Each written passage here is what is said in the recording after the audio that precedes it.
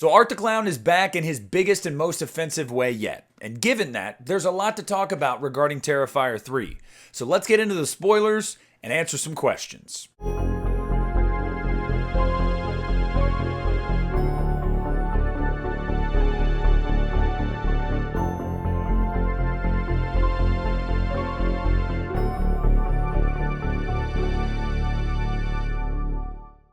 Hey, what's up everybody? Nick here, and today I want to get into the spoilers for Terrifier 3. Now, as I said, this is going to be spoiler-filled talk. I'm going to talk about some things regarding the movie, specific things, and then hopefully discuss some of them with you in the comments section because there's a lot to unpack. There's questions that were answered and more questions that were asked. There's so much in this movie and so much in this franchise now that's been built up. I would just feel like it's a disservice to myself and to you guys to not have a discussion like this.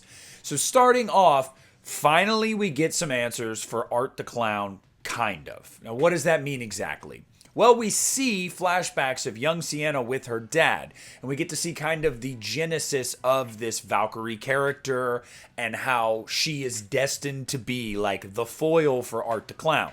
Art the Clown is a demon, and Vicki is a demon as well. And so Art the Clown is able to come back because he's a demon. And how do you stop that? Well, Sienna is his match, and that sword is his match. She has to kill him, presumably by her hand with that sword. Finally, once and for all, end it. You might say, oh, well, she did that at the end of Terrifier 2, so how did he come back in this one? Well, Vicki facilitated that. Another body inhabited by a demon that brought Art the Clown back. Had Vicki not been around, that couldn't have happened. So, presumably, if Vicki is taken out, then Art can't come back if he's killed by Sienna with that sword. So, we know that this actually has to do with heaven and hell, and this movie really plays into that too. There's a lot of iconography and nods to good and evil. It's actually very, very clear in here. And that was something that I saw in some of the comments that people thought it was blasphemous. I don't think it was blasphemous. I think Art and Vicki are blasphemous because they're demons. But if anything, Sienna and the side that she represents is good or God or, whatever you want to put there. So there's some answers now, but we still don't know exactly why Sienna is his foil, and maybe we'll get that answer or maybe we won't. Maybe that'll just be something that is like, hey, she just is. That's just the way it is. And if that's the case, I'm honestly fine with that. I don't need some over-explained answer, but I wouldn't mind one that makes sense. So we'll see where that goes. One of the things that's making headlines and has been for a couple weeks now and is now confirmed is the discourse about Art harming a certain group of people in this movie. And by that, I mean smaller individuals. I'm really trying to be careful about what I say on here because I don't want YouTube to flag my video. If you've seen the movie, you know exactly what I'm talking about. And as I mentioned in my spoiler-free review, I was wrong. I didn't think they'd go there, not because I felt like Damien Leone didn't have the cojones to do it, or that they felt like that was beneath even Terrifier. No, I just didn't think they'd do it. I mean, you just don't really see it done a lot. And that teaser that we saw initially, that wasn't even in the movie. So I was partially right in saying, oh no, I think that was just shot as, marketing to kind of get people talking. And that was true, but it was also a hint of what was coming. And I misread that. And I think a lot of people did. And regarding that, I didn't care. I don't know. And maybe that sounds terrible, but I just didn't care. Because as I said in my spoiler-free review, and as I said after I've talked about Terrifier and Terrifier 2 over the years, the violence in these movies is very, very over the top. It's very jokey. It's not meant to be ultra-realistic or be too nihilistic. I never gotten that vibe from Terrifier. Art the Clown overdoes it, for sure. But it doesn't come across as super offensive to me. It just never has.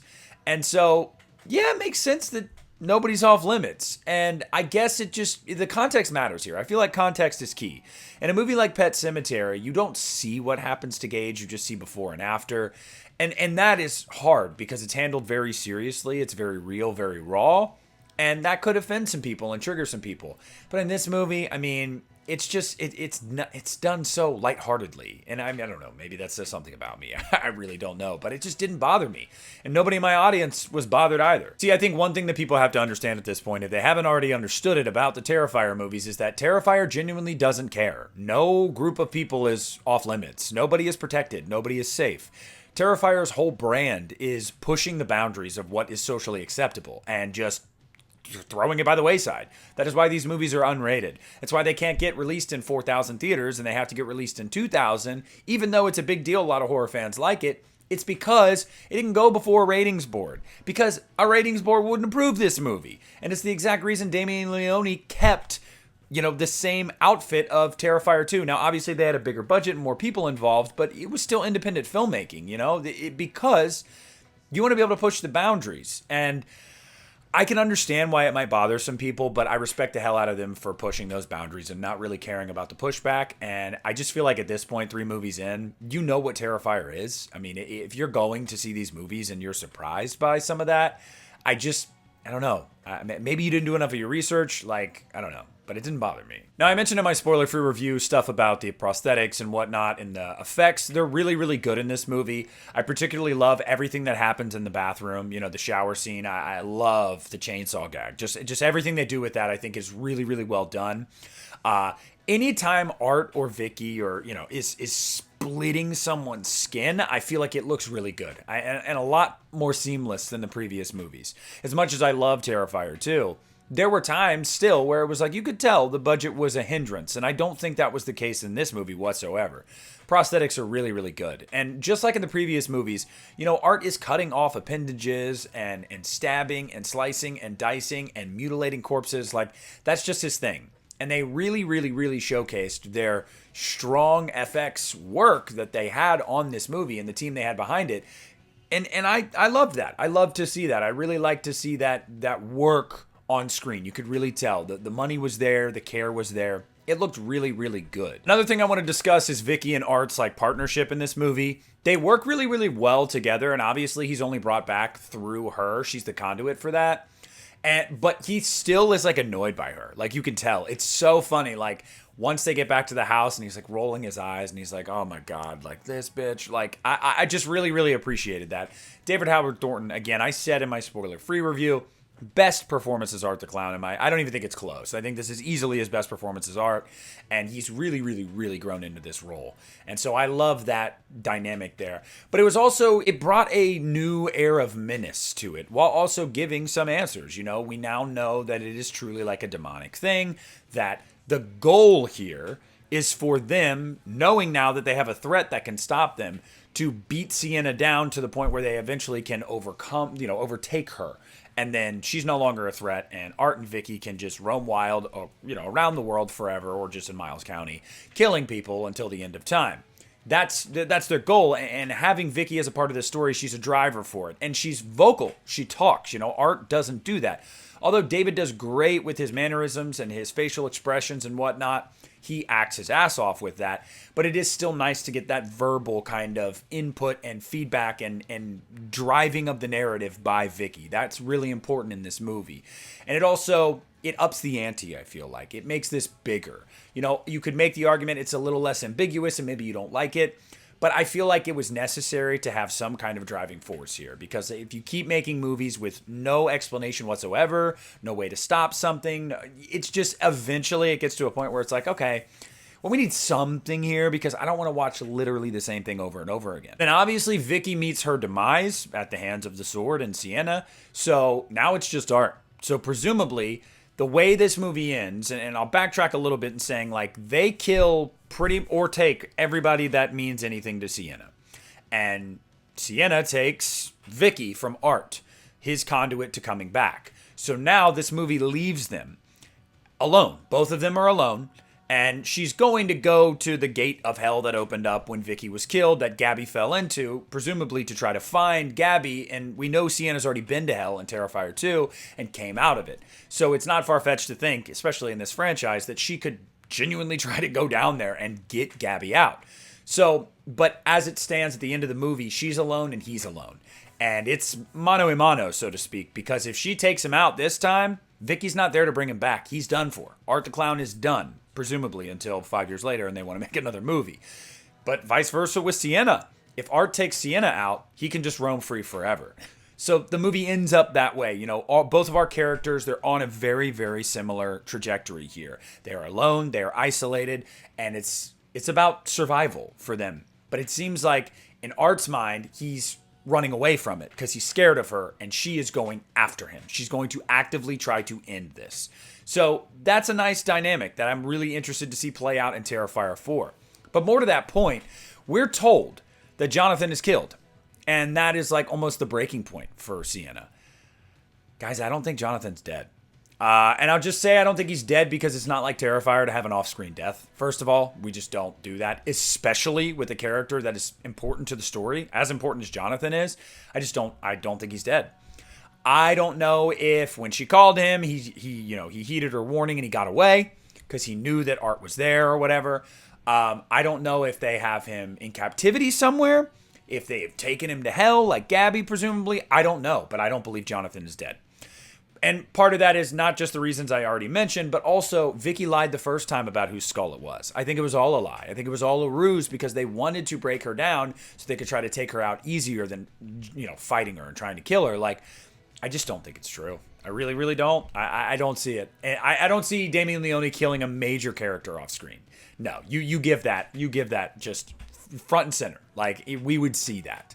I think that is absolutely misleading, and I don't believe that's the case. I've got to say, for all of like the shocking moments in this movie, and there are a lot of them, and a lot of people are going to talk about that shower scene for a long time, that's not the one that stood out the most to me. The one that stood out the most to me was the Mall Santa and the climax of that, how that ended up. I did not expect that. Like, when that kid opened that gift and bam, I was in the theater, like, I exclaimed. I was like, oh my God. Didn't see it coming. If you were thinking that Terrifier was going to pull any punches, or Damien Leone, if you had that worry at all, you should be relieved to know that that was not the case, because it certainly was not the case. They held nothing back. That was definitely the most shocking moment for me. But I think it's safe to say, in my opinion, I think that Damien Leone has outdone himself. I do think that there are a couple scenes in this movie that are more grotesque and over the top than anything else. You know, you had the hacksaw scene in the first movie that made waves, and then you had the bedroom scene in the second movie that a lot of people said was on par, if not better. And then it was like, well, can he do it again? And I was like, I don't know. I don't know how you're going to top that. No, he did. He definitely did. Whether it's the shower scene or whatever scene you want to use, I think he topped it. I definitely think he did. So overall with Terrifier, getting into these spoilers, we've talked at length about the kills, the effects, the story, the driving force behind it, where we think this is going to go next. Damien Leone has said that Terrifier 4, as of right now, is the last one he has mapped out. He sees a conclusion to this story. With how successful this one is, I could see him stretching it out into 2 more movies. And even then, when he's done with Terrifier, I don't think he'll ever be done. He'll always be a producer. This is a full-blown franchise now, and I don't think it's going to die. I genuinely don't. There will probably be years, gaps in there. But I think that this will continue on for many, many more films. But Sienna and Art's story is either going to end in Terrifier 4 or a 5th movie. I don't see Damien going past 5, but this made it's going to make a ton of money. It already is this opening weekend. It's killing it. So, yeah, I mean, we'll see. We'll see where this all goes from here. But look, guys, I loved Terrifier 3. I've been thinking on it more. I might like it better than 2. I really, really don't know. I have to watch it again. But such a great movie, and so happy that it exists, and glad it was made, and it was made with care, and it was made with appreciation for the fans and their loyalty and their passion. It means a lot. It really, really does, to see this in 2024 and in the way it's presented to us, and to know that we're literally witnessing the birth of a new icon right in front of us. And I mean, that's awesome. We're living through that. We're living through a new, like, Freddie, Michael, Jason. That's awesome. But I want to hear down below what you guys think of all the spoilers that we talked about. Do you agree with the things that I pointed out? Do you have some of the same theories, or do you disagree, or do you have different theories? I want to hear all that and more down below in the comment section. Be sure to leave a like on this video. Subscribe to my channel if you haven't already. This is Nick at the Lost River Drive-In, and I'm pulling out.